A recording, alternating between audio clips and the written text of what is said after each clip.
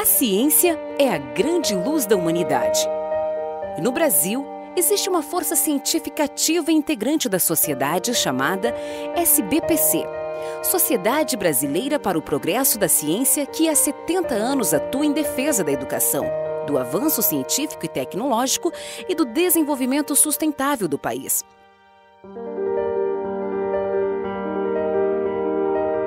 A SBPC foi fundada em 8 de julho de 1948 em São Paulo por cerca de 60 cientistas reunidos na Associação Paulista de Medicina. Posteriormente, essa data foi estabelecida como o Dia Nacional da Ciência. Nessa época, pós-Segunda Guerra Mundial, os institutos e universidades brasileiros enfrentavam uma crise muito séria, que motivou esse encontro. Liderado pelo médico e farmacologista Maurício Rocha e Silva, pelo médico José Reis e pelo biólogo Paulo Savaia. Esse movimento tinha a intenção de dar força e representatividade à comunidade científica.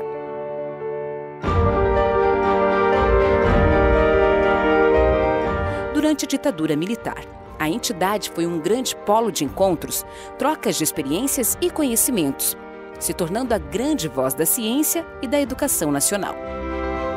E a SBPC entrou no palco dos debates nacionais.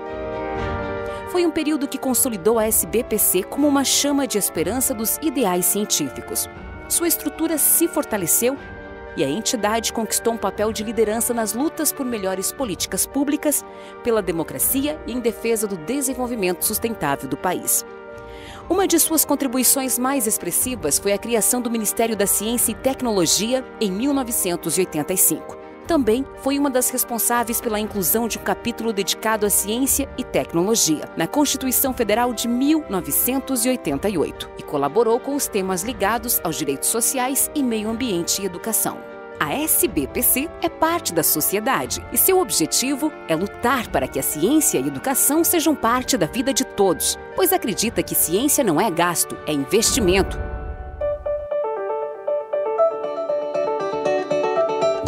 Hoje, a SBPC representa milhares de pesquisadores, estudantes e amigos da ciência e integra mais de 140 sociedades científicas de diversas áreas do conhecimento, muitas delas fundadas no seio da entidade. Seus holofotes estão voltados a 5 pontos principais: colaborar com o desenvolvimento científico e tecnológico do Brasil, lutar pela qualidade e universalidade da educação, defender os interesses dos cientistas, promover a disseminação do conhecimento científico por meio de ações e divulgação da ciência, lutar contra os obstáculos que impedem o progresso da ciência, propondo políticas públicas para o desenvolvimento do país. A SBPC tem uma rica história de contribuição ao desenvolvimento científico e social do país, propondo e apoiando leis como o Código Florestal, a Lei da Biodiversidade e o Marco Legal da CTI, angariando recursos para ciências com manifestações do Congresso e nas ruas, e também promovendo a popularização do conhecimento científico em suas reuniões anuais e regionais por todo o país. Hoje colhemos os frutos de 70 anos de trabalho dessa entidade que acredita no Brasil. Integra a sociedade e convida as novas gerações a cultivarem a curiosidade e o amor ao saber. Os 2 grandes motores do progresso humano. SBPC, 70 anos. Ciência e educação. Ontem, hoje, amanhã.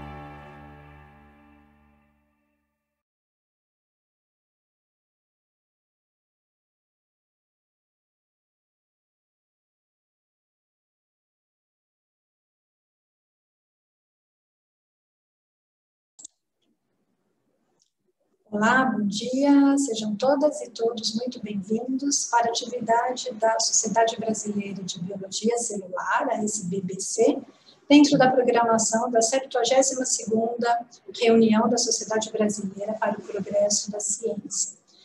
Permitam-me apresentar 2 slides.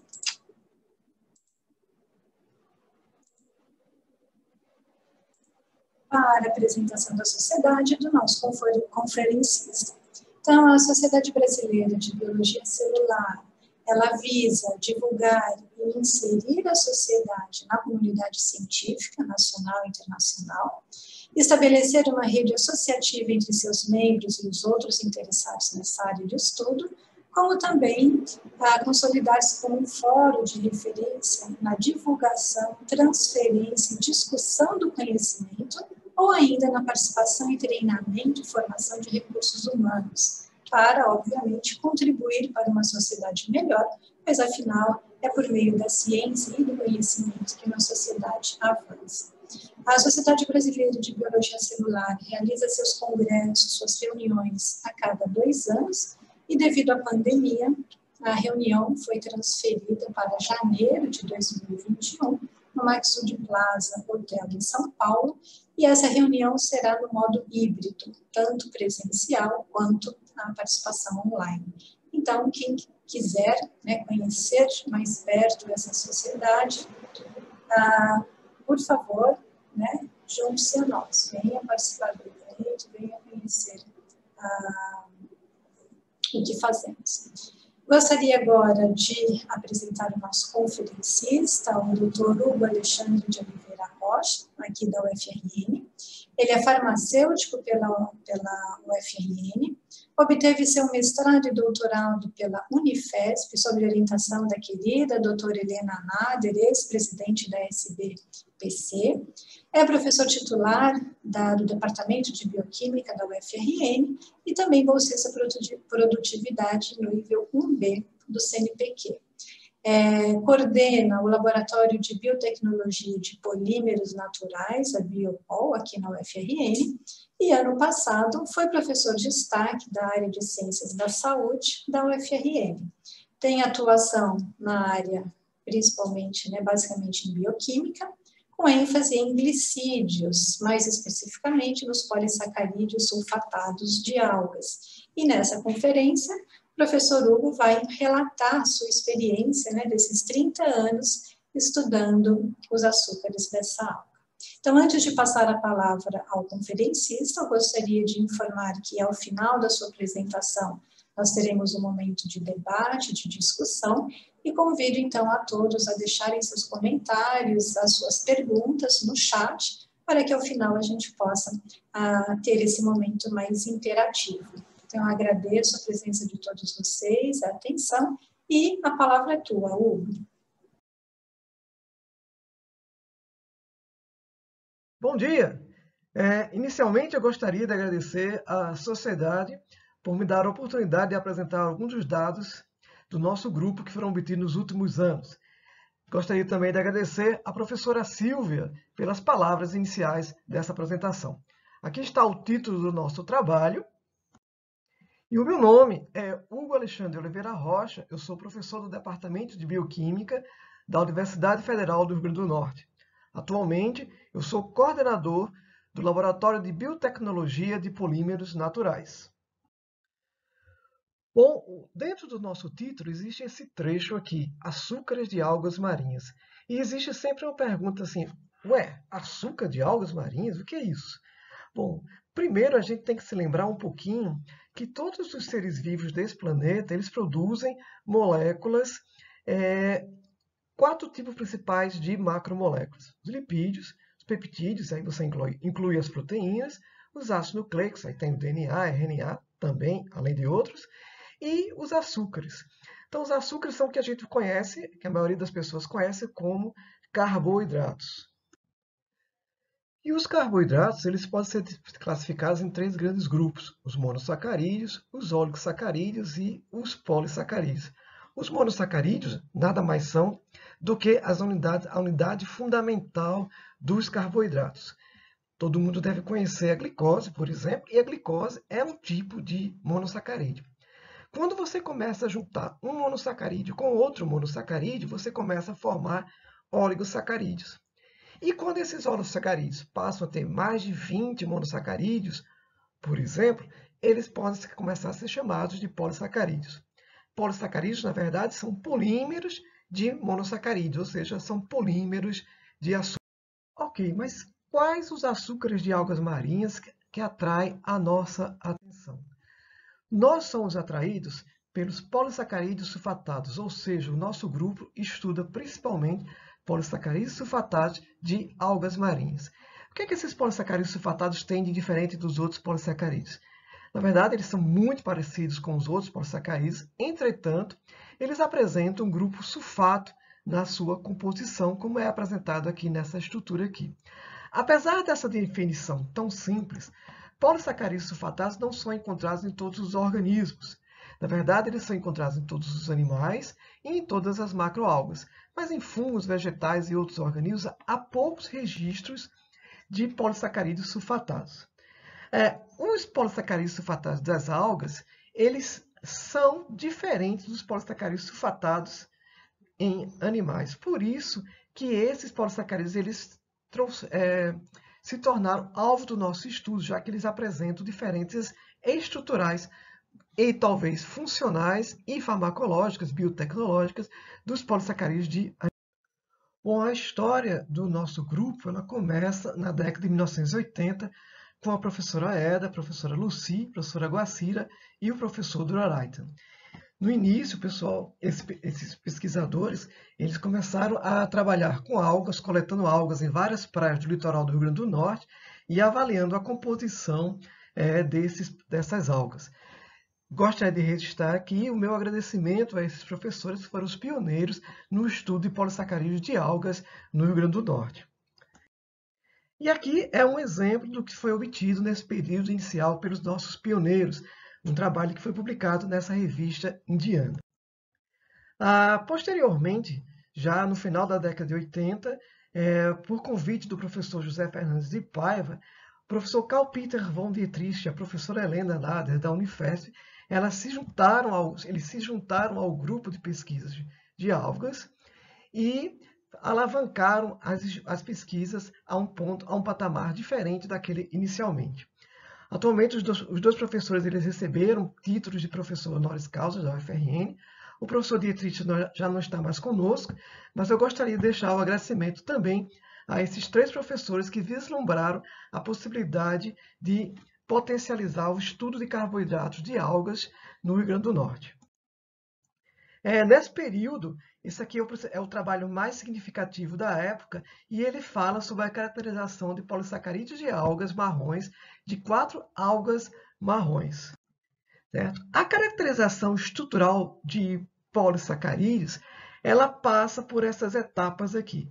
É importante a gente saber a composição monossacarídica, os tipos de ligações glicosídicas, determinar o teor de sulfato, a posição das substituições, ou seja, aonde esse sulfato está ligado ao açúcar, identificar outros substituintes além do sulfato, determinar a massa molecular e propor a estrutura do polissacarídeo.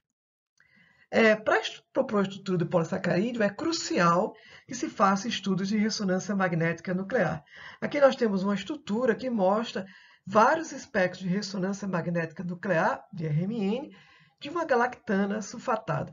Então, quando a gente passa a estudar todos os dados que foram obtidos a partir dos estudos estruturais, inclusive de ressonância magnética nuclear, a gente é capaz de propor a estrutura de polissacarídeos sulfatados, como, por exemplo, dessa galactana sulfatada da alga Códio estimocládio. Então, como vocês podem ver, ela é composta de galactose e apresenta sulfato e outro componente, que é o piruvato, está ligado a alguns resíduos de galactose. Mas que outra característica nos atraiu para estudarmos os polissacarídeos sulfatados de algas, além das suas características estruturais? Quando a gente vai para a literatura, a gente observa que polissacarídeos sulfatados de algas eles têm diversas propriedades farmacológicas. Aqui nessa figura nós temos uma representação onde são elencadas algumas dessas atividades farmacológicas que são encontradas na literatura e não havia nada sobre as propriedades dos polissacarídeos sulfatados de algas sintetizados pelas algas no litoral do Rio Grande do Norte. Então, a partir do final da década de 90, nós passamos, então, além de estudar a caracterização estrutural dos polissacarídeos sulfatados, nós passamos também a estudar a atividade farmacológica desses polissacarídeos. Inicialmente, nós nos concentramos em avaliar a atividade antitrombótica e a atividade anticoagulante. Nessa figura, a gente tem uma tabela que mostra, que elenca as algas que a gente estudou até agora, as algas verdes, marrons e vermelhas, E nós podemos observar que muitos polissacarídeos sulfatados apresentaram atividade anticoagulante. Entretanto, o que nos chamou a atenção foi a alga Spathoglossus crederi. O seu polissacarídeo sulfatado, ele não apresentou atividade anticoagulante, mas apresentou outras características que foram interessantes. A alga Spathoglossus crederi, ela sintetiza fucanas. Fucanas são polissacarídeos sulfatados, cujo monossacarídeo principal é a L-fucose. E a principal característica é que parte dessas L-fucoses elas estão sulfatadas. Então, o grupamento sulfato está ligado à L-fucose. Essas fucanas em algas, elas são heteropolímeros. Então, além de fucose, elas apresentam outros açúcares neutros, como galactose, glicose, manose, etc. E ácido glucurônico também pode ser encontrado nas fucanas de algas. Além disso, elas geralmente são ramificadas, ou seja, apresentam cadeias laterais na sua estrutura.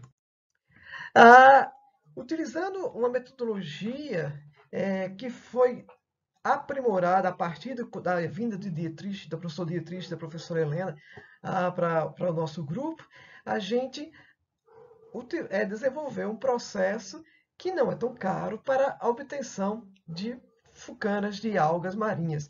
E no caso da alga Spathoglossus crederi, a gente associou fracionamento com acetona, cromatografias e eletroforese em gel agarose para visualizar os passos de purificação.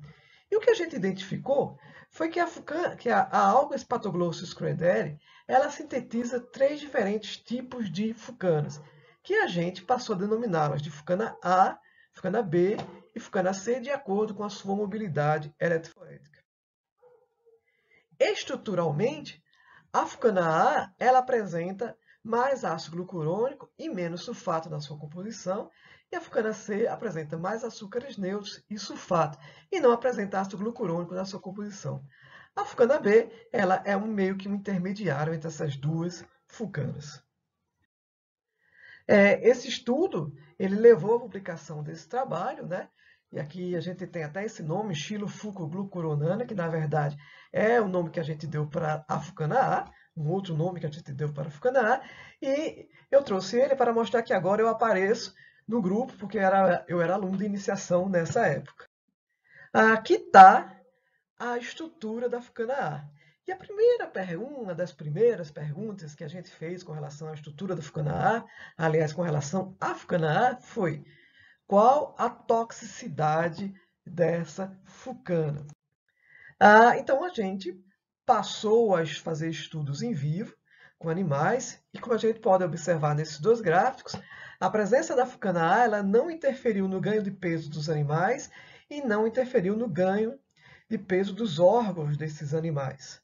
Além disso, a presença da fucana A nos animais, a administração da fucana A nos animais, ela não alterou parâmetros hematológicos, parâmetros bioquímicos e marcadores de função renal, hepática, etc.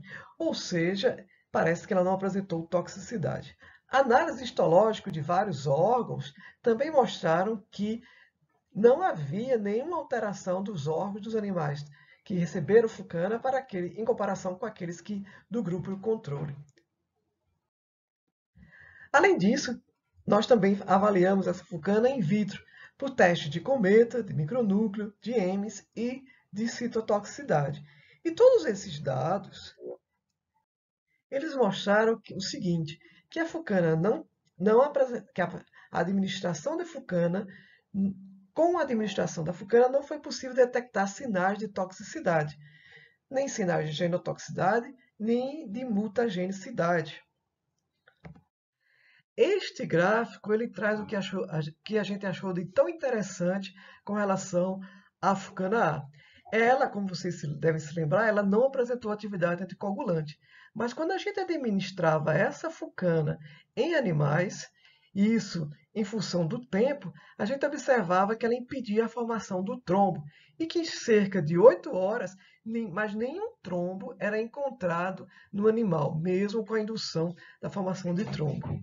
A gente viu que essa atividade era dependente do sulfato e começamos a nos perguntar por que essa fucana apresentava essa atividade.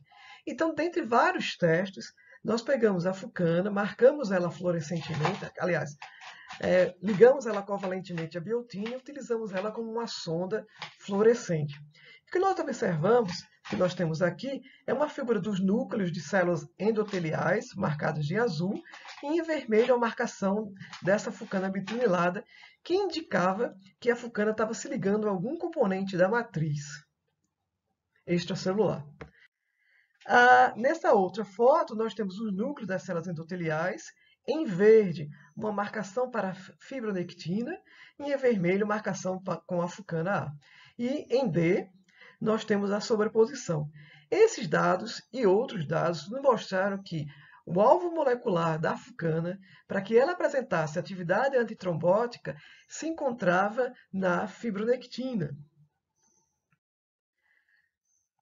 Diante desses dados e de outros dados, que o tempo não me permite apresentá-los, a gente chegou às seguintes conclusões. É que a fucana A ela não apresenta atividade anticoagulante e hemorrágica, contudo, apresenta atividade antitrombótica, dependendo do tempo, da dose e dos seus grupamentos sulfatos. Além disso, o seu sítio de ação estimulatória, frente às células endoteliais, se encontra na matriz extracelular, na fibronectina. E ao se ligar à fibronectina, essa fucana ativa a quinase de contato focal, a FAQ, e provavelmente a via das MAP-quinases, que por sua vez ativariam a fosfolipase C. Além disso, nós observamos que a presença de fucana também induzia a liberação de cálcio intracelular, como também ativava a oxonítico sintetase endotelial, além de levar ao aumento da produção de proteoglicanos de heparansulfato antitrombótico. E esse aumento da produção de proteoglicano de heparansulfato antitrombótico é que faz com que a fucana apresentasse atividade antitrombótica. Ou seja, a fucana é um composto antitrombótico por agir indiretamente, ou seja, por estimular a síntese de um composto que tem ação antitrombótica. Além da atividade antitrombótica, anticoagulante, a partir do início do século XXI, a gente também passou a estudar polissacarídeos sulfatados com atividade antioxidante. Estava no auge, começou-se a se falar muito sobre antioxidantes e estresse oxidativos, e nós passamos a avaliar os polissacarídeos das algas que nós tínhamos como antioxidantes. Essas são as principais algas que foram estudadas como antioxidantes, e eu gostaria de destacar o nosso estudo com a Gracilaria bird. A Gracilaria bird é uma alga vermelha, ela é encontrada em várias regiões do país e também no litoral do Rio Grande do Norte. O que tem de interessante sobre essa Gracilaria bird? A Gracilaria bird ela é cultivada, então ela é a única alga das mais de 100 diferentes tipos de algas que tem no litoral do Rio Grande do Norte, é a única que é cultivada. E ela é cultivada por comunidades carentes do litoral do Rio Grande do Norte, em duas cidades principalmente. Esse pessoal ele cultiva a alga e vende a alga seca, desidratada, para empresas que utilizam a alga para extração de agar-agar e agarose. Atualmente, essas comunidades de maricultoras, pessoas que produzem, que cultivam algas, elas estão recebendo apoio do professor Dário, que é professor da Escola Agrícola de Jundiaí, que é uma das unidades da UFRN.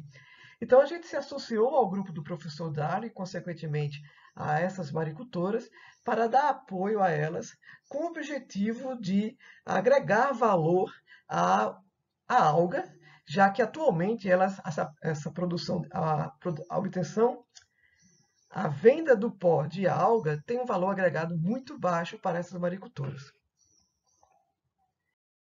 E a gente, então, tendo em mente a ideia do estresse oxidativo, da atividade antioxidante, a gente começou a fazer vários estudos com polissacarídeos sulfatados da alga Gracilaria bird. E uns resultados em vivo, a gente observou um resultado que a gente não esperava. Aqui nós temos o ganho de peso de animais que foram tratados com tetracloreto de carbono. A ideia desse experimento era desafiar os animais com tetracloreto de carbono, criar um estresse oxidativo e aí ver se a Gracilaria bird, o polissacarídeo da Gracilaria bird, protegia esses animais de estresse oxidativo. Então, ela protegeu por vários dados, mas esse dado aqui com relação ao ganho de peso, ele trouxe uma coisa que a gente não esperava. Se vocês observarem na penúltima coluna, aqui é o ganho de peso dos animais que receberam apenas a gracilária verde. E esse ganho de peso é quase 50% menor do que aquele ganho de peso dos animais do grupo controle. Então, de repente, a gente descobriu uma alga que é cultivada, que é utilizada na alimentação pelas maricultoras, ou seja, que é consumida, e o seu consumo é autorizado, e que, de repente, a gente observou que ela possuía uma capacidade de diminuir o ganho de peso. Não é que ela induzia o emagrecimento, ela diminuía o ganho de peso. E por que ela diminuiu o ganho de peso? Nós ainda estamos estudando, mas um dos nossos dados mostrou que os polissacarídeos sulfatados da gracilária bis, eles têm ação anti-adipogênica, ou seja, eles inibem a diferenciação de pré-adipócitos em adipócitos. Se você tem menos adipócitos, você vai ganhar menos peso. Aqui são as algas que nós estamos estudando como possíveis sintetizadores de polissacarídeos com ação antiadipogênica. E além da gracilária bis, o destaque vai para a Caulerpa prolífera e Caulerpa sertulariloide, que são duas algas verdes encontradas aqui no litoral do Rio Grande do Norte. Ainda no contexto entre estresse oxidativo, nós passamos a estudar a relação entre estresse oxidativo e urolitise. Na verdade, nós queríamos saber se os polissacarídeos sulfatados de algas poderiam agir de alguma forma no combate da urolitise. Bom, a urolitise está relacionada com a formação de cálculo renal e existem algumas teorias que tentam explicar a formação de cálculos renais em seres humanos, mas todas elas sempre levam a algum ponto, em algum ponto dessas teorias, sempre tem a descrição de estresse oxidativo. Em geral, de forma mais resumida, o estresse oxidativo, ele termina, quando ele se instala no tecido renal, ele termina aumentando a expressão de genes de diferenciação osteoblástica, e isso leva as células osteoblásticas, as células renais, a formarem cristais de fosfato de sódio. Esses cristais de fosfato de sódio, em contato com a membrana dessas células, eles induzem a formação de espécies reativas e que levam à peroxidação lipídica. Essa peroxidação lipídica leva ao rompimento da membrana, à exposição desses cristais e à substituição deles por cristais de oxalato de cálcio, que é um dos principais causadores da formação do cálculo renal. Nessa figura que nós temos são a representação dos 3 cristais de oxalato de cálcio que podem ser formados. O CON, que são cristais de oxalato de cálcio monohidratado, o COD, cristal de oxalato de cálcio dihidratado, e o COT, que é o trihidratado. Bom, o COT não é muito comum em seres humanos, mas o CON e o COD eles têm uma relação muito grande com a formação de cálculos renais. Para a gente ter uma ideia, cerca de 80% a 85% dos cálculos renais encontrados em seres humanos têm na sua constituição cristais de oxalato de cálcio. E o principal tipo de cristal de oxalato de cálcio que é encontrado nesses cálculos é exatamente o CON, o monohidratado. Já aquelas pessoas que não são formadoras de cálculo renal, elas apresentam, principalmente na sua urina, o cristal COD, ou seja, o cristal dihidratado. Então, aqui a gente testou vários extratos, vários polissacarídeos de algas, e o que nós vemos aqui é uma figura que mostra o controle em A. Nós temos os cristais formados, isso aqui é uma formação de cristais in vitro, desculpe. E quando a gente olha os cristais formados, a gente pode observar o controle que os cristais são grandes e temos cristais CON e cristais COD. Aqui na presença da Fucana 1 ou da Fucana 2, o que nós observamos é um perfil totalmente diferente. Formam-se cristais pequenos e todos esses cristais são cristais do tipo COD. Então, o que a gente observou quando a gente avalia vários polissacarídeos sulfatados, não só essas fucanas, mas outros polissacarídeos de algas, a maioria deles, eles diminuem o tamanho dos cristais formados e mudam a sua forma, ou seja, ele faz com que os cristais formados sejam sempre ou principalmente do tipo COD. Só que tem um probleminha, quando a gente forma mais, eles ficam menores, a gente termina formando mais cristais. A nossa pergunta, então, foi por que os polissacarídeos interferem na morfologia e no tamanho dos cristais?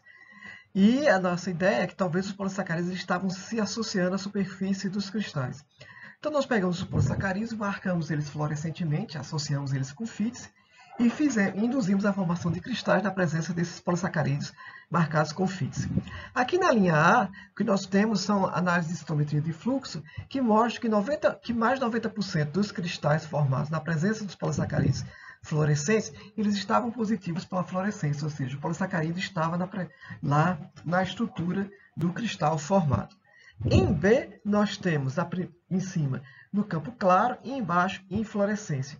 E aí os dados de fluorescência mostram novamente que realmente os polissacarídeos sulfatados estão associados aos cristais formados. E aí a nossa proposta de mecanismo geral de ação desses polissacarídeos é o seguinte: a gente acredita que os polissacarídeos eles se associam aos cristais em crescimento, e que isso modifica a morfologia do cristal, ou seja, faz com que a gente tenha muitos mais cristais COD, os dihidratados, do que com os monohidratados. Além disso, como o cristal se associa ao cristal, ele provavelmente fica na superfície desse cristal e isso dá carga negativa ao cristal. Essa carga negativa ela faz repulsão e impede que íons de cálcio, de oxalato ou outros cristais se associem ao cristal existente. Com isso, esse cristal cresce menos e, portanto, ele fica pequeno. Isso aí justificaria a presença de muitos cristais pequenos nos nossos resultados.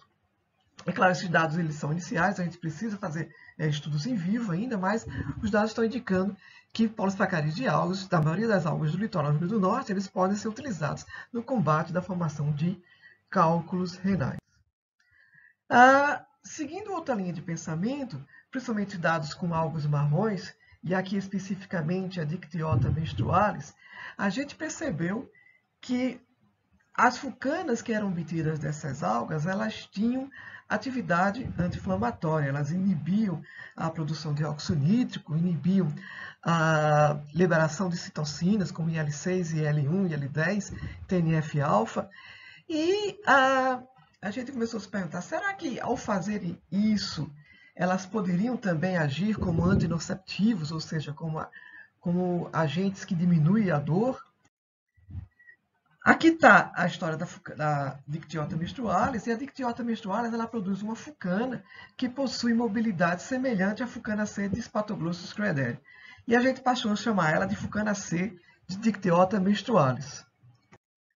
Essa fucana C, o que a gente fez foi o seguinte: pegamos camundongos, administramos ácido acético na cavidade peritoneal desses camundongos e também administramos a fucana de forma intravenosa nesses camundongos. No gráfico que está escrito com fucana, sem dor, nós observamos que o animal ele está sem se contorcer, está, digamos, no formato sem mostrar nenhum sinal de dor. Quando a gente olha numa outra figura que está escrito sem fucana, com dor, nós podemos observar que o animal está contraindo o abdômen. Essa contração de abdômen é um indicativo de dor e mostra que que sem fucana, o animal ele apresenta muito mais sinais de dor do que com a fucana, o que foi um indicativo de que a fucana agiria como um agente antinociceptivo. Esses dados, a gente estudou outros polissacarídeos de algas, né? Nós já temos esses dados com animais e outros dados in vitro, e eles nos indicam que esses polissacarídeos eles têm atividade antinociceptiva local. Ela não funciona no sistema nervoso central, apenas no local da injúria. E a gente acredita que isso se dá principalmente porque a fucana inibe a migração de leucócitos para o local da injúria. E com menos leucócitos, você tem menos citocinas pró-inflamatórias, menos agentes que induziriam a dor e, portanto, no final das contas, menos dor. Ou seja, vale salientar que a fucana C da alga Dictyota menstrualis ela inibe a sensação de dor de forma semelhante à dipirona. E aí, a gente no laboratório começou a incluir mais atividades que estavam sendo avaliadas para esses polissacarídeos, né? A gente adicionou atividade antiadipogênica e atividade antiurolítica. Nos últimos anos, nós então passamos também a estudar os polissacarídeos de algas como compostos antiangiogênicos e antiproliferativos. Aqui nessa figura nós destacamos algumas algas cujos polissacarídeos têm se sobressaído nos testes. Então, a partir desses estudos, nós identificamos vários polissacarídeos sulfatados que inibem a adesão e a migração de células tumorais frente a várias moléculas de matriz extracelular, principalmente fibronectina. Identificamos várias flucanas com ação antiadipogênica. Identificamos vários polissacarídeos sulfatados com ação citotóxica e ou antiproliferativa contra diferentes tipos de células tumorais. Ainda identificamos 2 galactanas sulfatadas, no caso da alga Codium stimulacadium, que apresentaram atividade antitumoral em ratos. Nos últimos anos, nós também passamos a produzir nanopartículas com polissacarídeos de algas, nanopartículas metálicas e nanogéis. Aqui nós temos uma figura com algumas nanopartículas. Os nossos resultados são iniciais, mas eles estão mostrando que os polissacarídeos na forma de nanopartículas eles têm suas atividades potencializadas. E, por fim, nós aqui apresentamos o leque de atividades que nós avaliamos no nosso laboratório. Claro que isso a gente não faz sozinho, a gente faz com as colaborações. Nós temos muitas colaborações, eu agradeço muito a todos os nossos colaboradores, eu não vou poder citá-los todos aqui. E que venham mais, nós estamos abertos para colaborações, para as possíveis colaborações. Gostaria também de dar esse espaço para agradecer meus colegas do Departamento de Bioquímica, que entendem, que me ajudam e que me dão várias chances para poder orientar vários alunos e coordenar várias pesquisas. Se eles não me dessem esse suporte, eu não conseguiria fazer isso sozinho. Gostaria de agradecer também aos órgãos de fomentos. Aqui nós temos 4 órgãos de fomentos citados. Agradecer também a minha equipe atual de alunos de iniciação científica, mestrado e doutorado.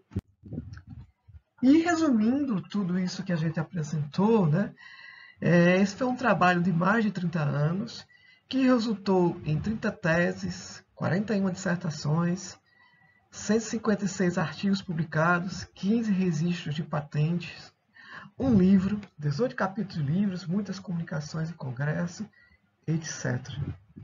E a pergunta que a gente faz, ou que pelo menos me fazem, é: valeu a pena? Bom, gente, assim, isso são números, eles são muito frios, quando a gente olha isso. A gente recebeu um investimento grande da sociedade, está recebendo um investimento grande da sociedade durante todo esse tempo de pesquisa, e o nosso retorno à sociedade não pode ser medido simplesmente só com esses números. Eu acho que vale a pena quando eu olho para essa foto aqui. Aqui são ex-alunos que hoje são pesquisadores, são professores, são pessoas maravilhosas que exercem a profissão e que estão dando um retorno à sociedade do dinheiro investido no nosso grupo. Então, para mim, esse é o meu legado e muito mais importante do que aqueles números que estão lá.